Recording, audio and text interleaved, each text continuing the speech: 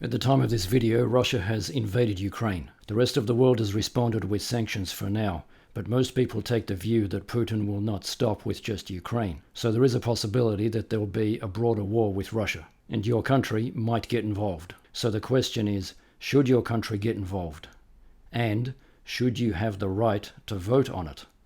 And if you did have the right to vote on it, which way would you vote?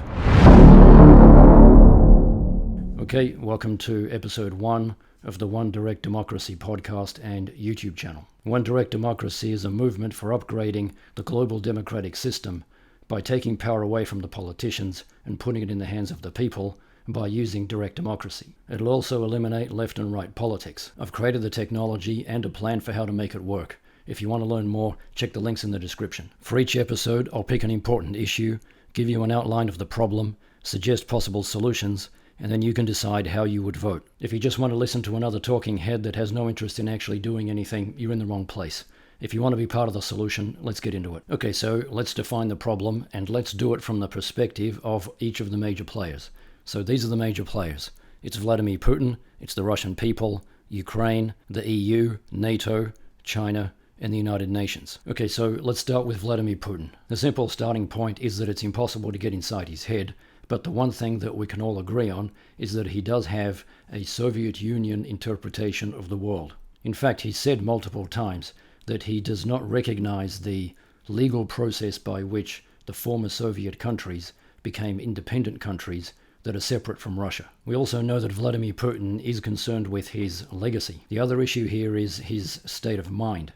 I've noticed a lot of discussion about his state of mind in the news. A lot of people think that he's either crazy or he's pretending to be crazy because maybe that will get him some kind of advantage. As far as I'm concerned, it doesn't make any difference. I think it's also important to point out that Vladimir Putin, in my opinion, is not afraid of dying. The reason I mention that is that people that are afraid of dying are more likely to make rational decisions. People that are not afraid of dying don't care about rational decisions. I would also say, and this is also just an opinion, that Vladimir Putin does not care about the deaths of Russian soldiers or Russian people. Another issue here is the economy. At the time that the Soviet Union broke down, it was the second largest economy in the world.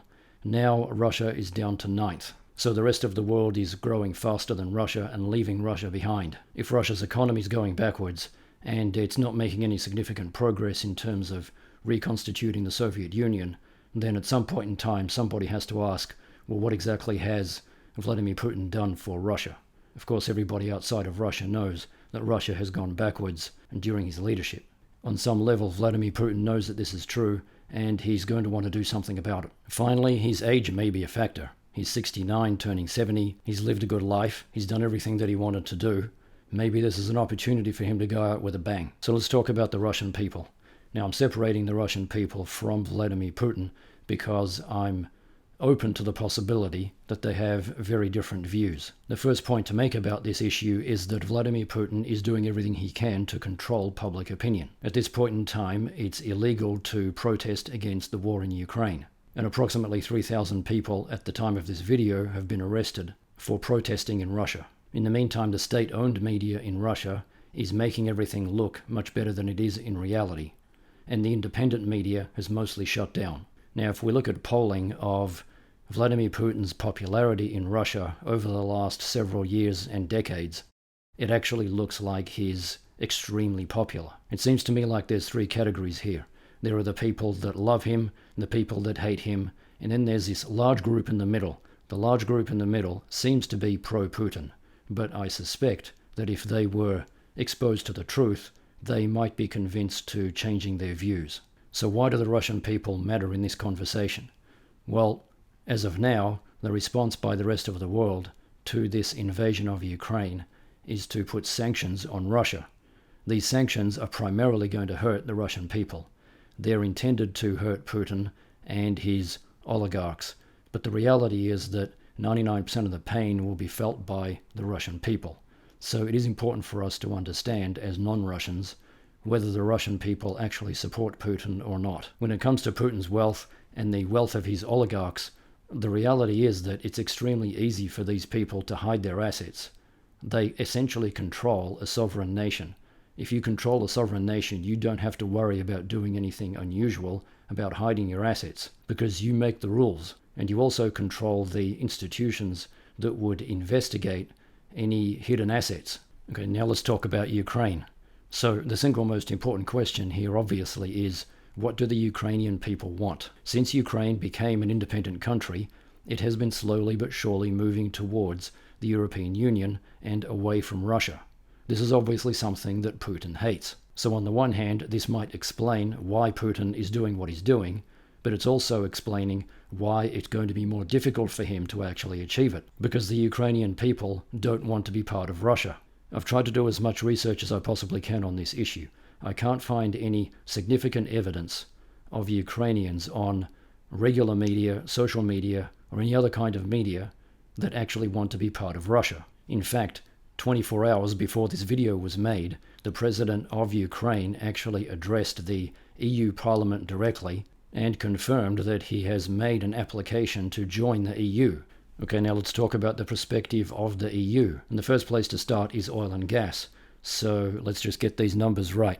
The EU imports 40% of its natural gas from Russia and 27% of its oil from Russia. Now, the idea of exposing yourself to that kind of risk seems absurd to me, but that's obviously a separate conversation. So the EU needs to figure out how it's going to deal with this situation without cutting off that supply of oil. Now, the other thing that the EU wants is for more of the countries that surround Russia to join NATO. So let's talk about NATO now. NATO is the North Atlantic Treaty Organization. It was established in 1949 after World War II. It currently includes 30 countries, most of them in Europe, but it also includes Canada and the United States. 3 of the member countries have nuclear weapons: the UK, the US, and France. In simple terms, Putin hates NATO. It started as 12 countries in the alliance in 1949, but it has since grown to 30. And those 30 countries include several former Soviet countries.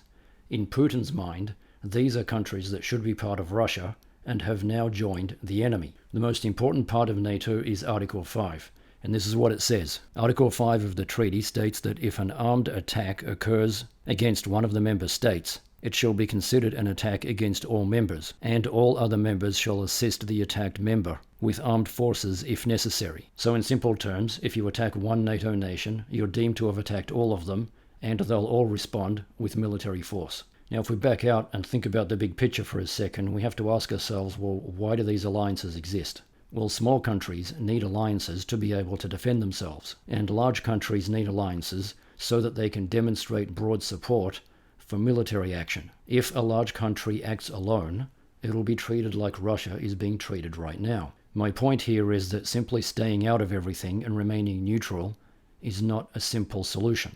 It has consequences for your country. Now let's look at this from China's point of view. China's watching very carefully because it's interested in invading Taiwan. So it's watching 2 specific things. It has to be thinking, well, is this a good time to invade? And the second thing it's watching is how the world reacts to Russia, because the world might react to China the same way if it invades Taiwan. At this point in time, the world has reacted with sanctions.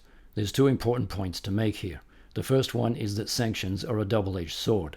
Even though sanctions are intended to harm the country that is being sanctioned, they will also indirectly, and in some cases in an unintended way, do harm to a long list of other countries. In this situation, Russia happens to be one of the world's biggest suppliers of oil, and this whole situation has caused the price of oil to move up. Now, of course, we're all in different situations, but I don't care if I have to spend a little bit of extra money on fuel or some other commodity. People in Ukraine are dying. The rest of the world is refusing to put their troops in harm's way to help them, and the only response from the rest of the world is sanctions. One way or another, there has to be a price to pay. The other point is that China has more leverage than Russia because China is the largest trading partner of most countries around the world. It's not so easy to sanction China. Now let's look at this from the UN's point of view. The UN Security Council can vote to authorize military intervention, but there's an important but. The UN Security Council consists of 15 members. 5 of them are permanent, the rest rotate every 2 years. The permanent members have the ability to veto any vote made by the UN Security Council. So who are the permanent members? The US, the UK, France, China, and Russia. Now, on Friday last week, that's Friday, February 25, the UN Security Council held a vote demanding that Russia stop attacking Ukraine and withdraw troops immediately. But Russia exercised its veto power to block the resolution. The 15 members of the UN Security Council voted 11-1 in favour. China, India and the United Arab Emirates abstained. So now you know something about the view of the world of those countries that abstained. Even though this process did not result in anything tangible in terms of military action, it has forced each country to publicly declare which side it's on. So if you are Ukraine, you can look at this and say, okay, now I know who my friends are and who my enemies are. Now, as a result of the veto by Russia, the UN has decided to call a special meeting of the entire General Assembly to vote on a resolution to condemn Russia's aggression against Ukraine and demand the immediate withdrawal of Russian troops. Now, this is not the Security Council, so therefore this resolution is not legally binding. But it is an opportunity for all of the member nations of the United Nations, not just the members of the Security Council, to publicly declare which side they're on. The resolution was supported by 141 of the Assembly's 193 members, with 5 votes against the resolution and 35 abstentions. Who were the 5 that voted against it? Belarus, Eritrea, North Korea, Russia itself, and Syria. Okay, so now you have a summary of the big picture, and you know that Putin will likely continue to invade former Soviet countries until he's eventually stopped. So you can see that it is possible that there might be a bigger conflict that involves multiple nations. Now, I'm not saying that it's going to happen. I'm not creating alarmist content. I'm just saying that it's possible because it is. Now, if this happens, your country will have to decide whether it wants to get involved, and if it does, how it will get involved. For example, a country could provide combat troops, non-combat troops, weapons, money, or any combination. Regardless of what your country does, the consequences of these decisions are massive. If your country gets involved and things go wrong, then the costs in terms of blood and treasure could be enormous.